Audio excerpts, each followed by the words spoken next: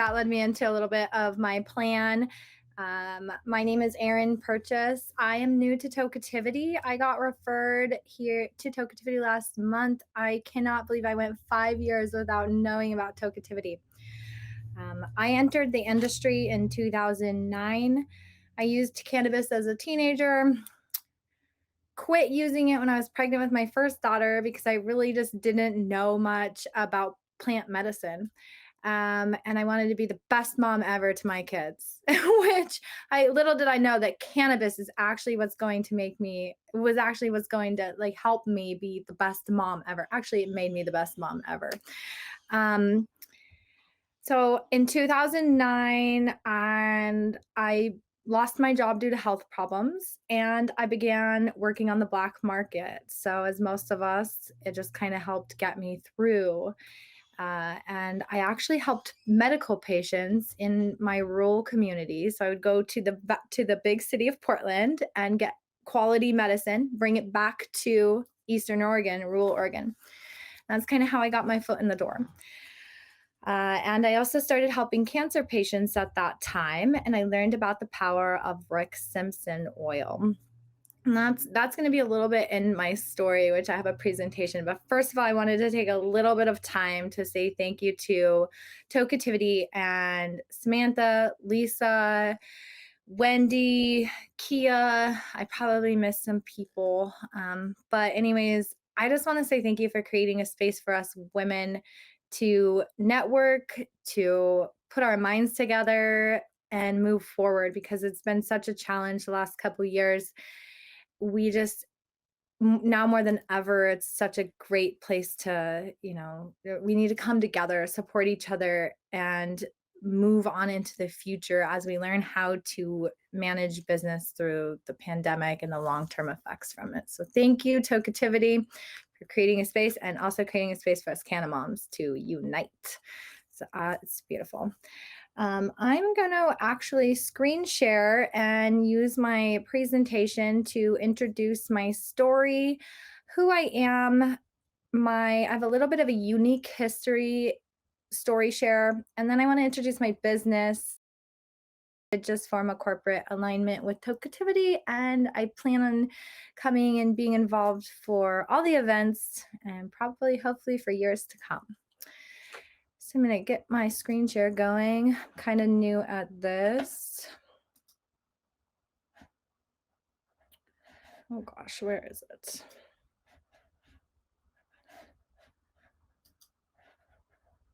Let's see here. I'm bad at this.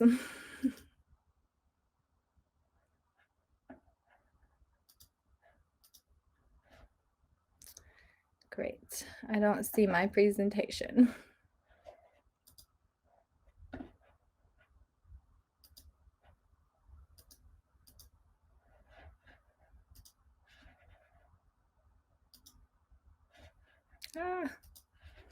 Sorry, guys. I guess this is what they warned me of, that maybe I wouldn't be able to find it.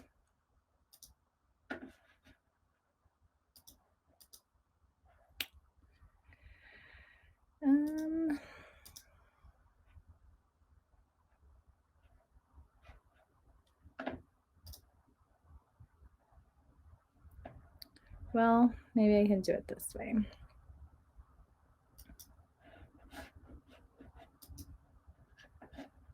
All right, hopefully you guys can see this.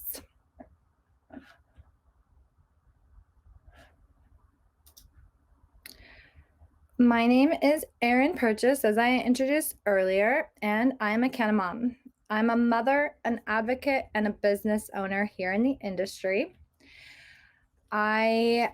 My most important job is being a mother. Actually, these are in order. My most important job is being a mother, and then it's an advocate, and then it's a business owner.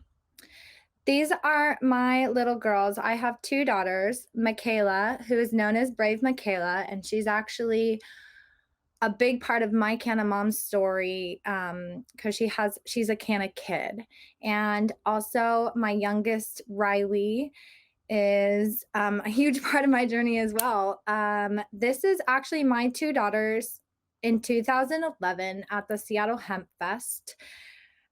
And this is kind of where our journey began. I was turned into children's services for breastfeeding my baby with a bong in my hand at HempFest.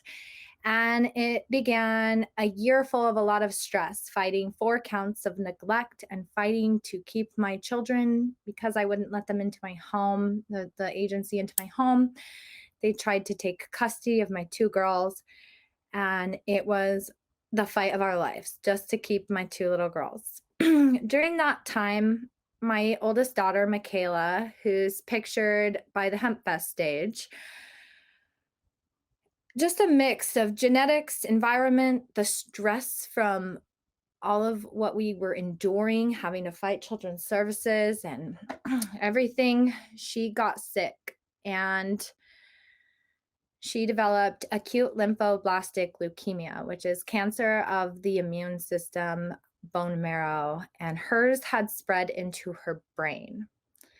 She was diagnosed on July 13th of 2012. And as I had mentioned earlier, I was working on the black market and I was working with cancer patients. And a little boy named Cash Hyde had his story on the Oregon Normal website. And I had found out that kids could use cannabis. And 3 months later, my daughter had cancer. So I knew I wanted to use cannabis medicine for her because I'd watched it work wonders on adults. This is Michaela at diagnosis time. In the middle there is a picture of her x-ray. That is a basketball-sized tumor that was putting so much pressure on her heart and her intestines that she had to go into the pediatric intensive care unit. They were not sure that she was going to make it. She endured a surgery with no anesthetic while awake because the tumor could have crushed her heart had they put her under. The immense amount of struggle this little girl had, like, I get tears in my eyes talking about it. She's just such a hero to me. That smile on her face, it just down there on the bottom left-hand corner, that was the smile that cannabis provided to her despite having to be bombarded with toxic chemotherapy. Michaela used up to anywhere from 1 to 3 grams a day. We started off with a little pin drop size of cannabis oil, and we worked our way up. She had to endure chemotherapy for 2.5 years and was on it for about 6 months after, and then has since used it as a teenager for secondary effects. But over here on the right-hand side of my screen, you can see a picture that has percentages and dates on it. Those percentages are actually the percentage of leukemia in her blood. And so on July 15th, it was 51%, and they had been administering chemotherapy for 2 days at this point. She was supposed to go into remission very quickly with chemotherapy, and unfortunately, she just wasn't responding. As you see on the percentages of leukemia in her bloodstream, it would go down. Even on the 19th, we hit about 3% leukemia cells. And then back up on the 20th, we were at 29% leukemia in her blood, despite very aggressive chemotherapy treatments. So the doctors came to me one day and said, hey, it's not really working. We are going to be needing to look into a bone marrow transplant, which would be full body radiation, brain radiation for the chemotherapy or for the cancer that was in her brain. And also, we just don't know if this is going to work. We don't know if we can find somebody to donate bone marrow. And I was terrified. So we got out of the hospital. I got her a medical marijuana card under the Oregon Medical Marijuana Program, and I gave her her first dose. And within 10 days, she was in complete remission, and her oncologist used the words baffled because her cancer cured from the bone marrow first and then the bloodstream, which they had that's not how it works with chemotherapy. So her oncologist said that he was completely baffled by the effects or by her remission. And at that point, he didn't actually know that she was on cannabis oil. Down there on the bottom right hand corner, Peace, Love, Cure. That's Michaela's slogan, and her website is bravemichaela.com. You will see it referenced a lot on this presentation. It is just an area for families to go to learn a little bit more about dosing and pediatric cannabis therapy. They can also reach out and send an email from that site to me. Michaela was graciously accepted into the industry. Without the love and the support of the cannabis industry, I don't think that we would have had so much happiness in our life. This picture is Michaela at, I think, Hempstock, and all the ladies that paint faces and dress people up just loved her and helped her feel welcomed. So the light and shining in her eyes is just happiness from the acceptance from the industry. Michaela used, like I said, she used full extract cannabis oil, but here, down here in these two bottom pictures, you can see her juicing raw cannabis, as I feel that saturation is key. This was back in 2012 before HB 3460 here in Oregon, which is the Medical Dispensary Act, allowing dispensaries to legally exist here in Oregon, medical dispensaries actually. So we really just didn't have access to safe medicine. It was safe in the sense of we met nice people who grew medicine in their garages, and they made us cannabis oil in their garage, and we juiced the raw leaves and we grew it for her ourselves, made cannabis butter and made edibles that she could eat. And despite not having complete safe access, we still always had access. Thank you to all of the medical growers in Oregon that helped her out along the years. She was always just a shining light, like she is in that middle picture. I believe that was actually at the dispensary Collective Awakenings, and they donated a lot of her medicine. Up there in the upper left-hand side is Krishna from Vice reading If a Penguin Finds a Pot Leaf to my two little girls. We filmed twice with Vice to help spread awareness about pediatric cannabis therapy. We actually did a lot of publications. Michaela is a public speaker herself, and she loves sharing her story to be able to help other kids get safe access to a medicine that doctors won't recommend due to the legality of the plant, which is so sad because Michaela's type of cancer, T-cell acute lymphoblastic leukemia, cannabis has passed all animal studies as an effective treatment for her cancer. And we are waiting on federal descheduling or legalization so it can go on to human studies, as human studies are unethical at the current moment. When human studies are ethical, this plant could be a treatment and save thousands and thousands and thousands and thousands, probably millions of people, like just not even just from cancer, but from all sorts of conditions. So these are some of the things that we did. We were on Dope Magazine. She was in Dope Magazine. On the bottom right of the screen, that was in a magazine from the UK. There's a lot of out of country advocacy, and I'm just really proud of Michaela for sharing her story and allowing us to share her with the world, as she still to this day is thankful that she did that.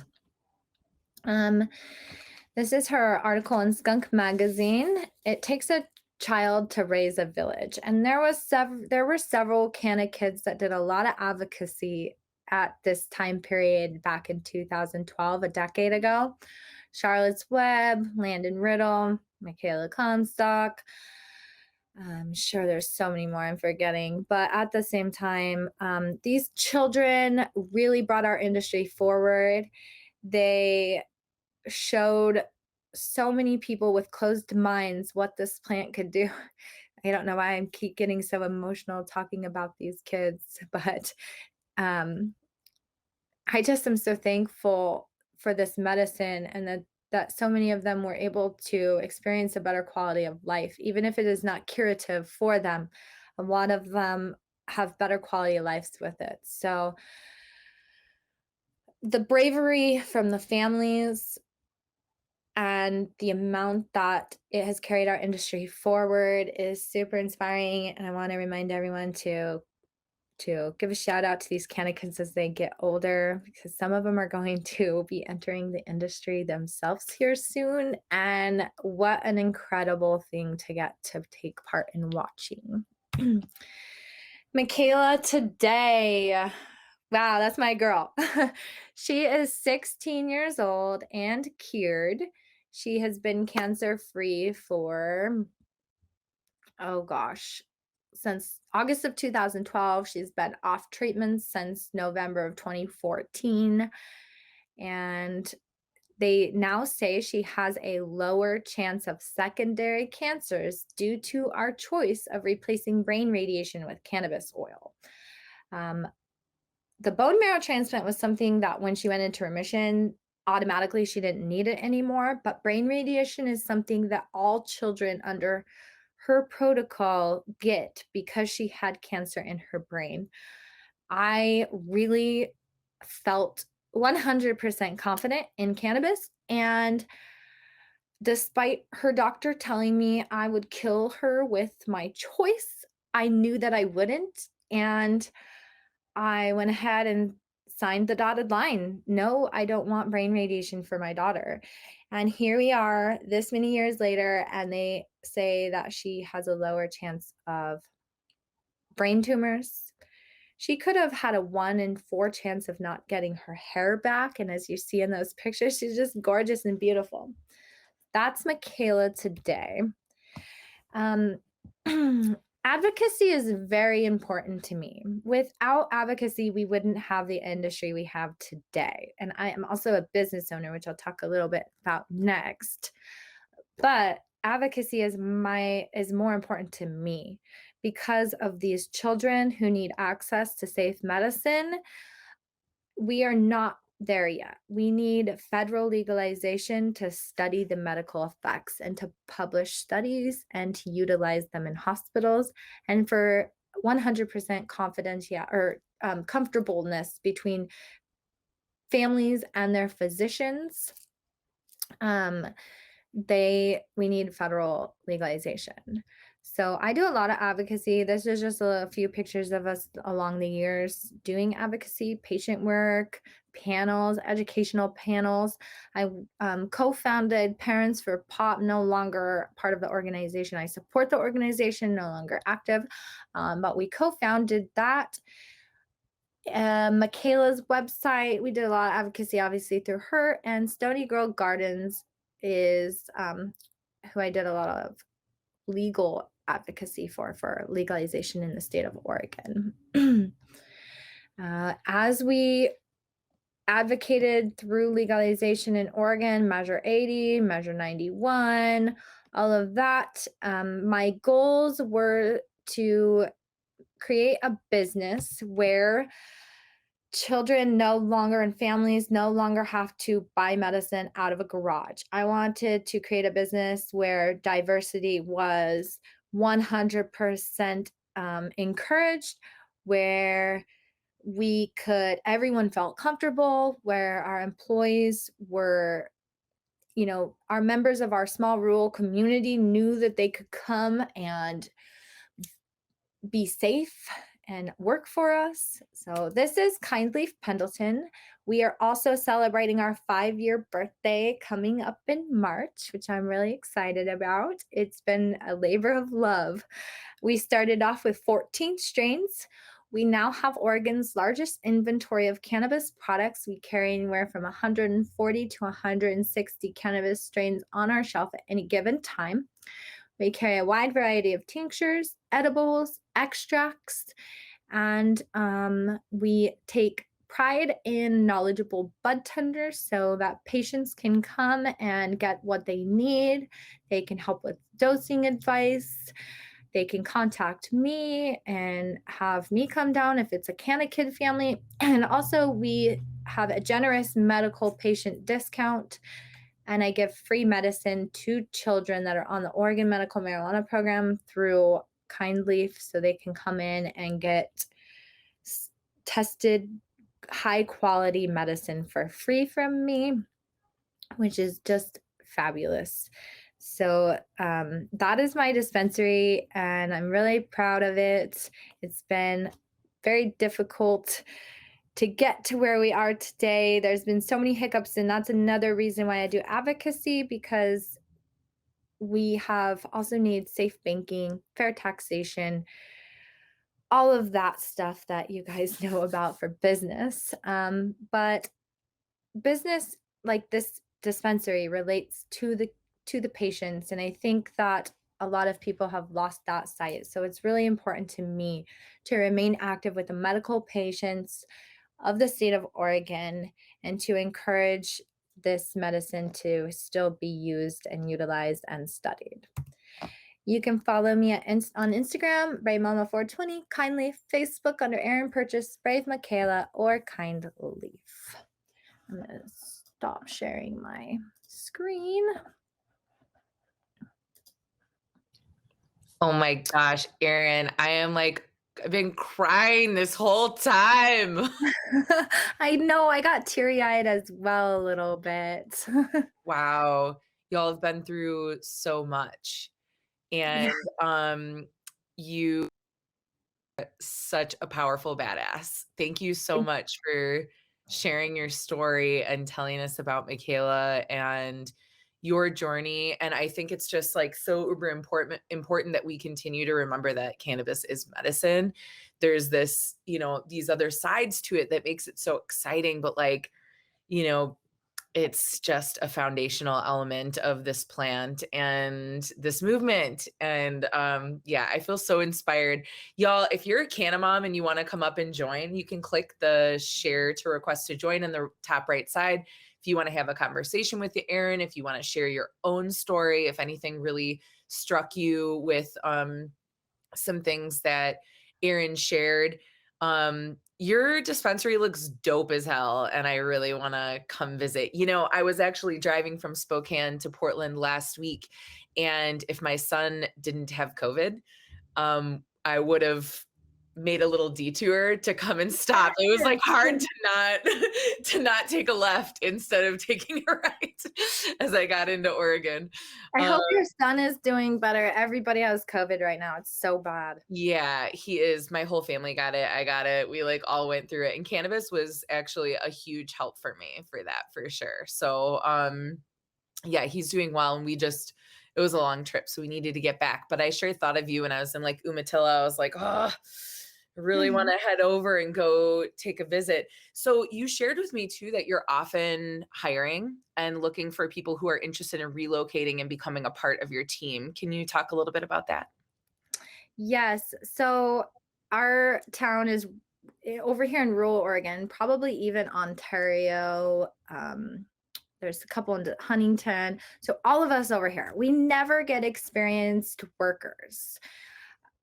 We have a low cost of living, and it is a great place to be. Hi. Hi. I get to you right after I finish this. We'll let you talk. But I need workers, and I always am willing to hire up out of Portland experienced workers. I start bud tenders with no experience in the industry, training from the ground, like what is sativa and what is indica, from the ground up. I start them at 15 an hour. We have health benefits through Providence Health Plan here in Oregon. We do bonuses, we do employee parties. You can have, all the corporate benefits of the Tokeativity. And so Yes. I just if anyone's listening to this and you know somebody that's wanting to move out of the city 'cause it's too expensive or something, tell them to come to Pendleton, submit a resume to me. I'm always looking for experience. That's amazing and great to hear. There's definitely a lot of people who I think want to enter the industry and maybe have different types of experience, but don't exactly know where to start. So, oh Yes. my gosh, Nakia, I'm so glad you joined us because Erin, I don't even know if you realize the crossover with Nakia from HQ here at Tokeativity. Nakia, go ahead and tell your story and how you know about Erin and her business partner and all of this for years. For sure. Yeah, this is honestly a complete full circle moment for me. So I just want to say hi, and it's really a pleasure to meet you finally, even though it's virtually. I worked at Collective Awakenings from 2014 to 2019. So for 5 years, I walked by the Meet the Parents High Times article, and it felt like you guys were just superheroes that weren't real in a lot of ways. So to like officially see you, it's wow. It's just a real full circle moment. I've met Brandon before. He's come into Collective Awakenings multiple times to grab a couple of things. So I knew him, but I did not know you, and I've yet to meet Michaela. But that when I started at Collective Awakenings, that was one of the things that I was told about from Allegra and Alex about how this is medicine. And they took that shit very, very seriously. Like I was in the restaurant industry beforehand and crossed over into cannabis through Alex and Allegra. And I was trained by, I don't know if you remember Adam and Jackie. Mhm. So like I have nothing but respect for the medical program. It was kind of difficult to switch over to recreational, but it is what it is. Yeah, I just wanted to say thank you for all of your advocacy. It's helped me to be an advocate for just people in my life. My mom has multiple sclerosis. My dad is diabetic. Um, to see that you can keep going, even though people are trying to keep you down, was very inspiring. So thank you so much. Wow, that's incredible. Collective Awakenings is they I was just talking to Allegra the other day because I know that they sold their dispensary and I don't know if the new owners have that connection with Michaela. So I gave them she's gonna reach out to them and say if they don't want that frame anymore, that I kind of want it back. Yeah. But if they know the story and they want to keep it up there, I was like, by all means. But Michaela, that dispensary donated a lot. She would run in there. That was back when kids could go into dispensaries, and she would go in there and she could pick anything like cake pops, or she loved the cake pops. We would hit there after chemotherapy, and it's crazy to think like the rec market definitely took some of that away from the medical patients. And that's why I feel like advocacy is still so important, because we can't let the value of this plant-based medicine die. All use is medicinal, even recreational. So It's therapeutic. I love I'm gonna keep I that love alive. that like, yeah, all use is therapeutic. Like, like you were saying, I mean, I know sometimes when yeah, like I actually have been thinking about this so much in general that like, we tend to kind of like demonize certain things, certain drugs or certain like choices that people make. And it's like at the end of the day, it's kind of the same thing going on for somebody that makes them want to reach to something for relief. So the less that we can demonize personal choice and focus on education and advocacy, I think the better for society. Yes, absolutely. Mm. My gosh, I love that so much. That's so wild. I had no idea that, yeah, Nikia was working there when, maybe sometimes when, well, Yeah. she said she wasn't there necessarily when y'all popped in, but Jana, come on up, Jana. Good times. Um, That dispensary was special. Very, very special.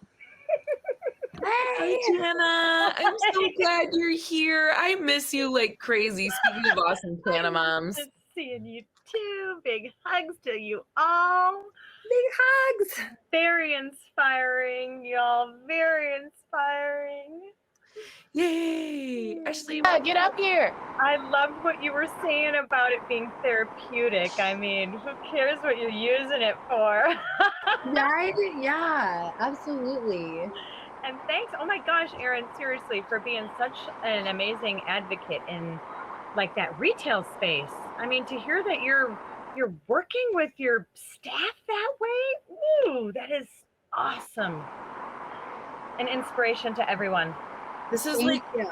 this is like why the presence of women in in business is so essential too, because we run our businesses differently. We give a shit about people's families. We give a shit about someone's ability to show up for their children. Like, Yeah, I care that's about why. that more than I care about profit, I can tell you that much, like 1,000 times over, there's no question in my mind, right? It's Absolutely. yeah. Wellness over profit any day. Absolutely. I That's why love you that. never saw me at Collective Awakenings. I actually ran my dispensary every day up until this summer. Now I have a little more time to work in the industry and come out into the space, but that's why I'm like, happy birthday, because it takes 5 years to get to be able to just take a breath.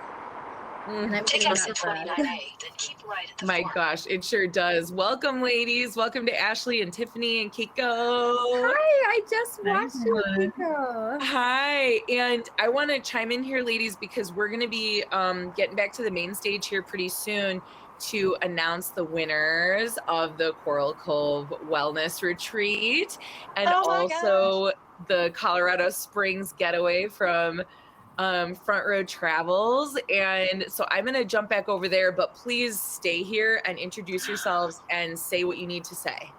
Sam, before you Yes. go, I want to tell you, I remember you talking to me about Tokeativity in your backyard. And what a blessing. I mean, I just want to tell you, thank you so much. What a blessing. Ugh. So many amazing connections and so many important things for me have happened internally because of the support and the love and the authenticity that I can have to be myself in the space that y'all have created. It's made a huge difference in my life. And I tell people all the time, men and women, about Tokeativity. Get involved.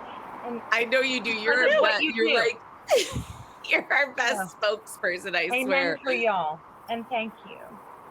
Thank you so much. I really appreciate that. And you know, it's you have to forgive me. I'm only stealing the moment because I have to go back to work in like 10 minutes. So I might not even see you again. That's okay. Tonight. We'll see each other soon. We'll see each other soon. And I just feel so flippin' inspired. Like, the beautiful thing about Tokeativity is it's not about me. It's about this movement, and it's about amazing women. And, you know, the Cannamom thing, as y'all know, is really dear to my heart and such an important part of my life and the transformation that I'm witnessing myself too. Like, Jana, you've literally watched me transform over the years as well. We've just transformed, you know, personally and professionally together. And it's just so awesome to be here 5 years later cheering each other on. And I have to say, I'm not seeing her video, but Ashley is in Wisconsin, and I just got together with her and got to visit her office space, and she owns a company called DNA Hemp. Ashley, are you there?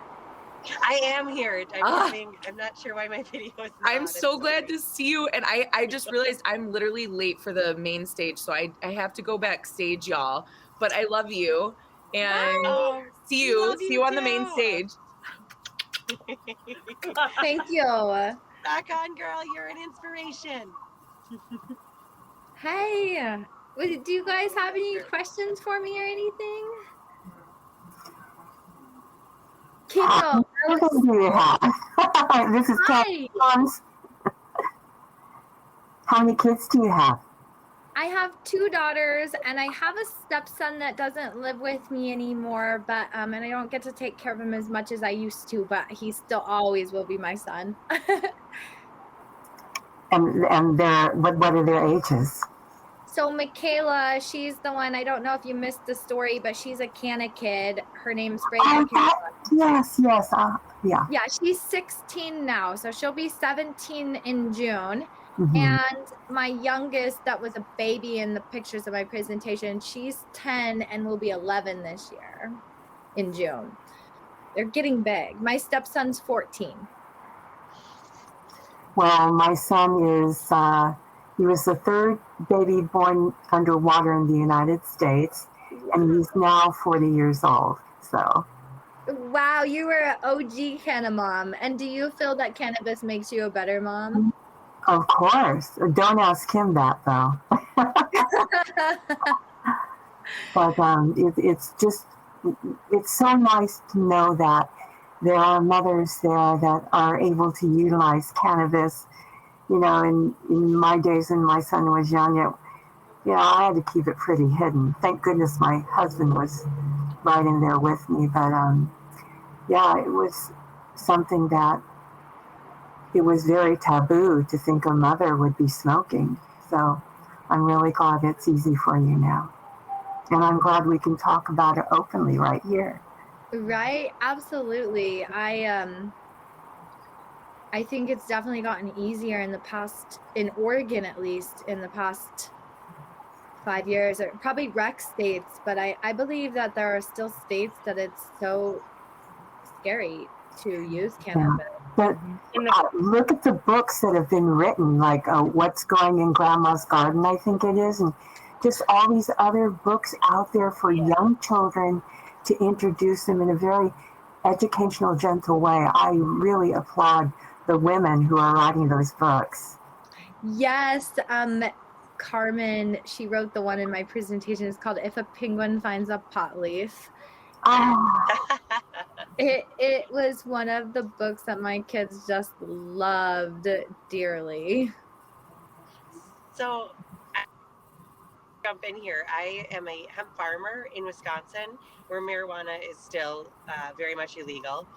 But we are on that hemp front and really treating the plant as holistic health and a good natural alternative to some other pills and medications out there for the pharmaceutical world. And my kids will grow up not knowing any different. They're going to treat cannabis as just another natural herb in the garden. And it's so crazy to think that we are molding and starting this revolution for plant medicine for our children, where if we do the right things, they won't even know the difference. Like my kids run around in my hemp field and they're interviewing my coworkers for their careers and presenting it to their DARE program. And we just have to sit back and kind of laugh and be like, we're here right now. This is it. This is happening as Canna Moms teaching our children, being the healers that we are. It's pretty wild times we're in. So kudos to us ladies for doing the work and making it acceptable. Absolutely. Yeah, that like changing the stigma, defeating the stigma is step by step we've gotten to where we are today, defeating the stigma.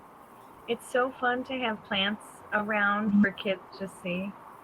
Like if you live in a place where you can have plants at home, it's so awesome for them to see the plants. I love it. And we have a farm.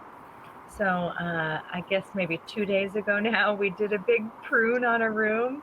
And so I'll gather like 50 or 60 branches, and put them in a big 5-gallon bucket and then just separate them out into little bouquets and give them away and stuff. So there's, there's 3 of them in my house right now, these big bouquets and they're so gorgeous. They're so gorgeous. And we were looking at them too the first night I put them in, and it's just like arranging any other flower. It's like, this one is leaning that way and this one's leaning that way. And I was telling my daughter how all these ones that are leaning down right now and facing the counter, tomorrow morning they're going to be standing up and looking at the sun. Yes. And sure enough, it was like, yep, there they were, just praying in the morning time. It was so fun. It's so fun to share it. They're so beautiful. It's so fun to see, and you just go, yeah, it's just a plant. One thing that we used to do with Michaela is, it kind of sounds weird, but like I really believe in it. We would take her bath water and water her cannabis plants with it while she was going through cancer. So that way it was just like, we felt like it was more her medicine. We did that. We did that with her first CBD strain was Cannatonic. Resin Seed Bank sent seeds from Spain to the United States. They made it across the border to me. And that was how we got her first CBD strains. Wow. Yeah, it wasn't really accessible. Even hemp-based CBD was hard to come by back then. Hemp Meds PX was like the first hemp we had, and it was pretty rough stuff. Yeah. It's so great to have, like, to be able to have local hemp growers to go to purchase hemp from.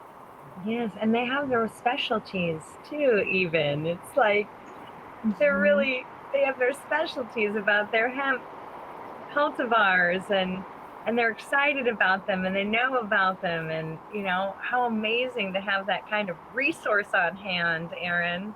Super Right? lucky. Yes. I know. Nikia, you probably remember, like, even in All that for a fucking 2014, accident.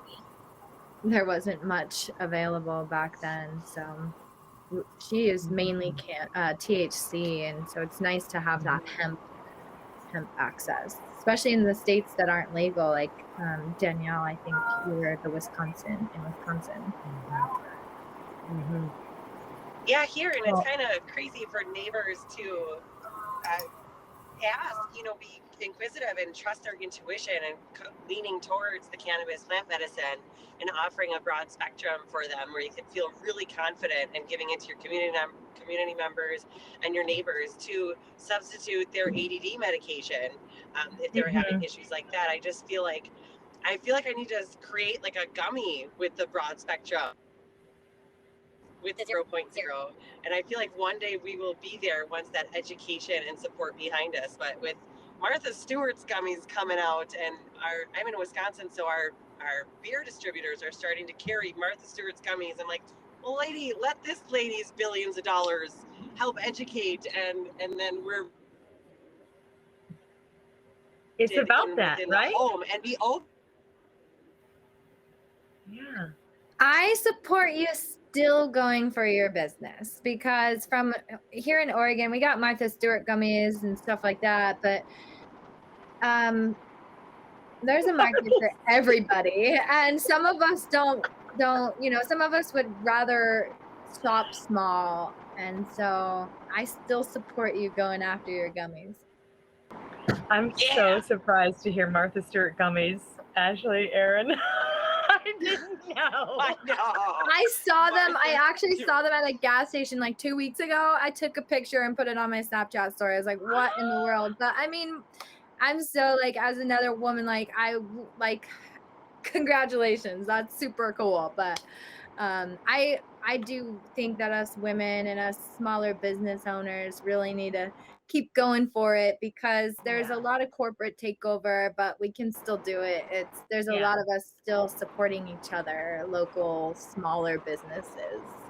Yeah, the Oh, great most thing definitely. is that there are really amazing names like Martha Stewart saying, it's okay, y'all. It's just a cannabinoid, right? And that her is audience helpful. just utilizing her platform. I mean, this lady has a huge platform that can have a much wider reach than what I can. I aspire to be, on that level one day, or just kudos to her, hats off to her. But it's just showing the movement and the positive direction to pave the way for us small business owners to be able to support amongst each other in our own communities. Yeah, and it's another step towards legalization. Yeah, and that stigma busting is, you can't compare. When you combine it with a name like that, it's stigma busting. It's making, unfortunately though, like I hear what you're saying too, Erin, that, there is that real element of responsibility and, reverence for your local source. It is very important, especially at this time in our industry, right? Yes. Especially at this time. So it's a good balance, we got to be really aware. It's funny you brought those up. I just saw those. Well, I have a bar restaurant. My family does. I work for my mom there and help her out, and they're mass marketing it on a huge scale. And I had to laugh myself. I'm like, what? What about my gummies? But we'll get there. And like, I had to applaud them for taking it to that level and just getting ready to be ready for when it is federally legal. It'll be exciting times. I think they're more open-minded because you've talked to them. And they're being open-minded to it. Paving the way. Definitely paves the way. Well, ladies, should we hit the main stage? Yeah, let's 8 o'clock, isn't it? Thank you for joining me. I was so nervous that nobody would join. I was Really? like, oh. Thank you. Thank you Thank you, for Erin. I caught you sharing. at the And tail end, but I really appreciate your energy and what you're contributing to the space. You're a beautiful soul. I can feel it. Thank you. Maybe someday we could all meet at some sort of an event or something. Follow me on social media. Will will do. do, will do. I'll be back in Yeah. Oregon one fine day. Oh, so beautiful here. If you do come and you happen to be over in the Hey. eastern side of the state, come by my dispensary. Okay, and I did live in Burns, Oregon for a while. Oh wow. Yeah, That crazy place. That that is crazy a place. crazy place. How Um, the heck did I in get any here? case, so I'm in Oklahoma. So Ashley in Wisconsin, Erin out there in the Pacific Northwest. I'm in Oklahoma. So if you're ever this way, come by, please. I will. Thank Aw, you. Okay. that's so sweet. Bye You ladies. never Thank know. you. Goodbye for now. Bye. Peace Thank and love. you.